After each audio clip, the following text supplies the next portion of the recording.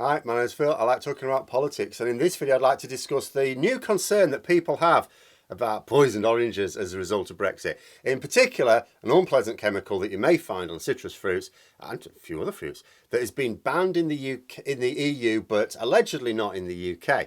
But first, if you'd like to be notified of daily news and politics, please subscribe to the channel and click the bell notification icon. So this is one of these things. Hang on a minute, poisoned oranges. Nasty chemicals on oranges, allowed in the UK, not in the EU. Is this true, Phil? This is one of those where I have to say yes and no. Do you have to do this? That means we've got to watch the whole video now. Yeah, I'm afraid so. Basically, I was made aware of an issue. But although this is certainly an example of how Brexit is lowering our standards, including the safety standards of our foods, it's not actually the reversal of standards that some are assuming. It's not quite all that seems out. Basically, someone pointed something out to me, and thanks very much for that. A lot of people point things out to me. Most of the time I have come across them. I haven't always, and I didn't in this case, and I don't think I would have in this case. Someone pointed me out to a tweet noting that oranges in Tesco had been treated with imazalil. They said that the chemical was banned in the EU. Now, I'll come back to that a bit in a moment because it's not quite true. But imazalil is certainly an unpleasant additive to food. I'm not going to argue in here whether it's too risky or not to use on oranges, say, or other citrus fruits. That's not for this. All we can say is the EU have decided that it is too risky and they're banning it. But the point is, it's a fungicide which keeps fruit lasting longer. Now, when I first saw these concerns, I read through it and I thought, ooh. My immediate thought was, well, we are faced with huge delays in importing food from Europe now. For some goods, that just drives up the cost and means supply issues that could lead to shortages. But for something like fresh fruit, that just means it's going to rot while it waits on the road to get through customs. I had noticed the government boasting recently that we're getting more oranges from Morocco now rather than Spain, as if it's a good thing to get fresh fruit from further afield when it is produced close to home. Also, this is another classic example of the government pointing at something as if it were a Brexit benefit. Is it easier for us to get food from Morocco now? No, it's just harder for us to get it from Spain. It's like someone losing a well-paid job and having to settle for a Citroen instead of a Mercedes a few years down the line, and someone pointing out this is a benefit of taking a massive pay cut. You didn't drive Citroens before, did you? No, but the option was there. They chose not to. Absolute dingbats, this government we have. And more for the people who continue to buy this crap. It was one thing when it wasn't tested. It's now reality. Stop falling for it. But anyway, imazalil.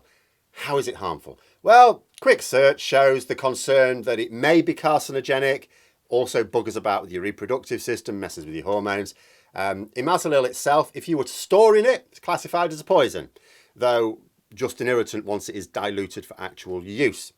Bit of a bugger because when I heard the news, my partner just said, well, presumably the oranges inside is okay. But the thing is, when I get oranges, I don't actually like eating the fruit. I don't like oranges. I only get them for the zest to make carnitas and the juice, I suppose, as well. But then for all I know, this has always been on oranges. Like I say, I don't know if people are paying more attention to chemical additives now that we don't trust our government to maintain standards, or if it is genuinely just appearing now because we need fruit that can last longer due to longer transport times, and this helps them last longer. So the hazard is essentially the risk of long-term health problems, not immediate poisoning, but still potentially nasty. Now, as for its status in the EU and the UK, so I had to check on it, of course. Don't just believe everything you read on Twitter. And it's not actually banned in the EU right now.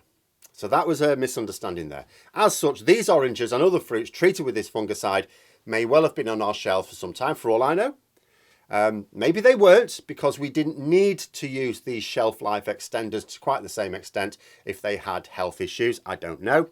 What I do know is that it is being banned. It was originally going to be banned in 2021. The decision was made many years ago, but its use has been extended till 2024. So it is still legal in the EU even. I'm assuming pandemic-related issues to avoid giving farmers an even harder time is the cause here. But these decisions are no longer replicated in the UK as we have a different body to sort permitted and banned chemicals out now.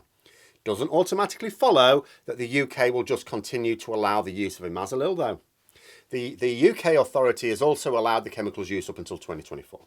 So although we do have a different system now and different people deciding, It is currently, for this chemical, still mirroring what the EU are doing in this particular case. Come 2025, it may well be that the EU and the UK both refuse to renew the permission for this, and the chemical can't be on our food. It may be that they both extend it again for reasons. But I do think people have jumped to conclusions on this one based on two things. First, the chemical is clearly being used on some fruit in the UK. Actually, as a little aside, it has been noticed that the product is classified as not suitable for vegans. I mean, I get that vegans have to be picky with their food, but what have you had to do to an orange to make it not possible for vegans to eat? And the second thing is that people see that the EU have banned the chemical and that we haven't, and so they naturally conclude that the UK are rolling back standards.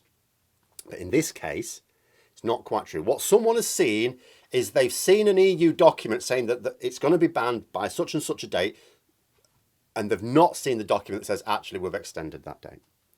That's the misunderstanding here. It's that this decision has been made by the EU to ban the chemical, but they've seen it in use in the UK and thought, it's banned in the EU, but not the UK, blah, blah, blah, blah, blah. So at least force it to be. I think that's what the EU are doing initially, actually. Rather than banning it completely, forcing it to be much more dilute to the point where it's no longer effective and then you might as well ban it. But when decisions are made to ban harmful substances, it is common for there to be quite a long time before the ban comes into effect, so that businesses can adapt.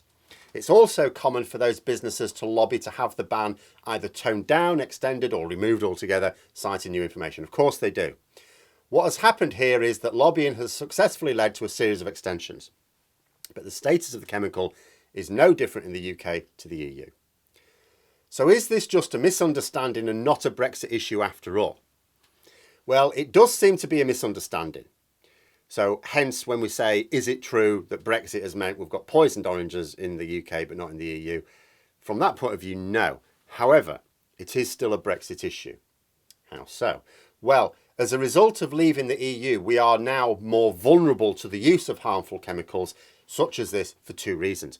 The first, as I've already said, it now takes a lot longer to get fresh fruit and vegetables to our supermarket shelves.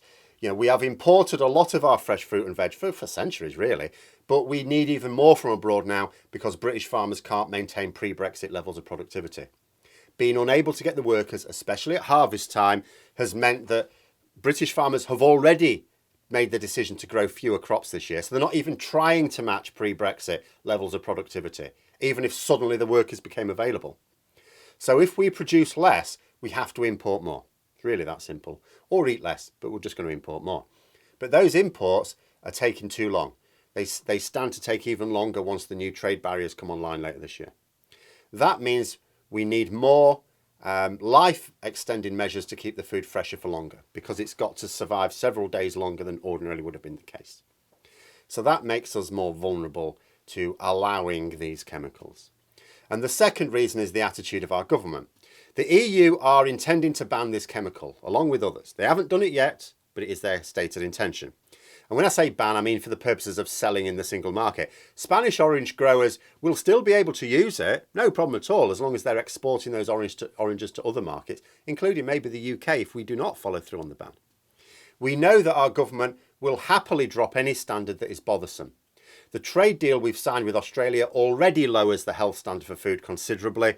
They intend to do the same for the US trade deal eventually.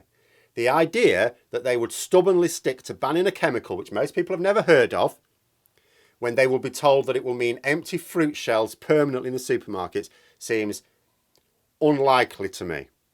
So although the current situation is actually identical for both the UK and the EU right now, and we may imagine that the UK will follow through on the ban just like the EU will, and even at the same time, the pressure on the UK authorities to continue to permit harmful chemicals like this will be greater because of our reliance on imports and it taking longer to get those imports into the country. And the resolve of those same authorities will be weaker because of the societal pressures as well. But those are my thoughts. Let me know yours in the comments below. I hope you found the video interesting. If you did, don't forget to click the like button. If you'd like to support the channel further, please also click the Patreon link for details. And until next time, I'll see you later.